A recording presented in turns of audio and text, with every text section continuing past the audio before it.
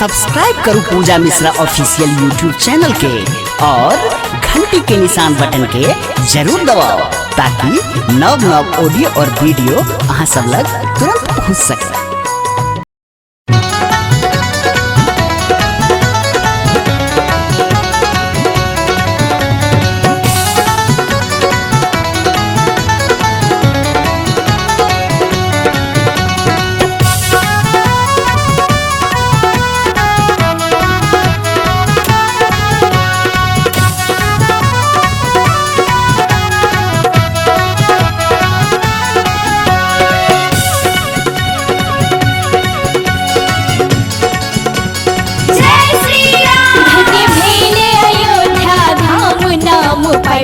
दशरथ नंदन के धन भेल अयोध्या धाम नाम पाबी दशरथ नंदन के। दशरथ नंदन के है सखिया राम रघुनंदन के। दशरथ नंदन के है सखिया राम रघुनंदन के। मन मुदित अवध के गाँव नाम पाइब दशरथ नंदन के। मन मुदित अवध के गाँव नाम पाइब दशरथ नंदन के। धन भेल अयोध्या धाम नाम पाइबी दशरथ नंदन के।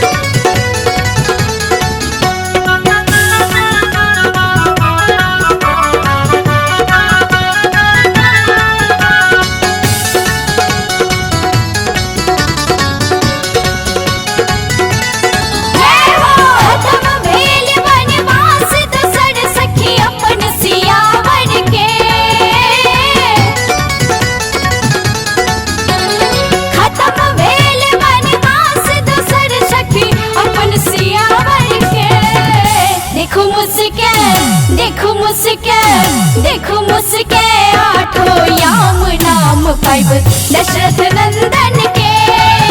देखो मुझके आठों याम नाम पाइब दशरथ नंदन के। दशरथ नंदन के है सखिया राम रघुनंदन के। दशरथ नंदन के है सखिया राम रघुनंदन के। धन्य भेल अयोध्या धाम नाम पाइब दशरथ नंदन के। धन्य भेल अयोध्या धाम नाम पाइब दशरथ नंदन के। धन्य भेल अयोध्या धाम नाम पाइबी दशरथ नंदन के।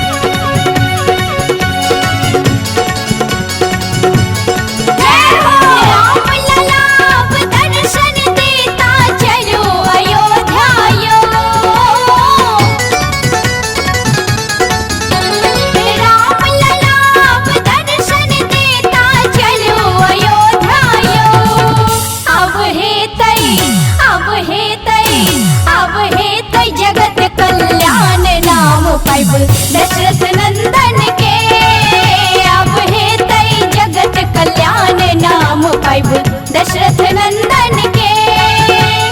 दशरथ नंदन के है सखिया राम रघुनंदन के। दशरथ नंदन के है सखिया राम रघुनंदन के। धन्य भेल अयोध्या धाम नाम पाइब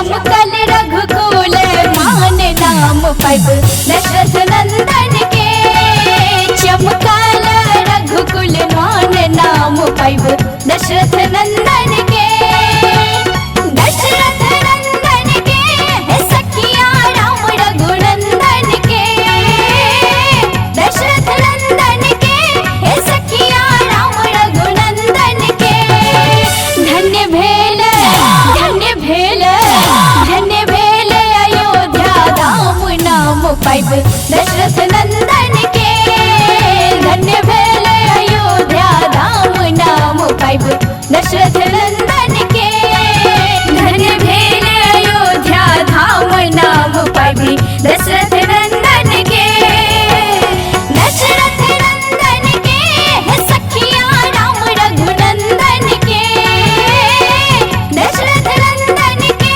हे सखिया राम रघुनंदन के मन मुदित अवध के गाम नाम पैब दशरथ नंदन के मन मुदित अवध के गाम नाम पैब दशरथ नंदन के धन्य भेल अयोध्या धाम नाम पैब दशरथ नंदन के धन्य भेल अयोध्या धाम नाम पैब दशरथ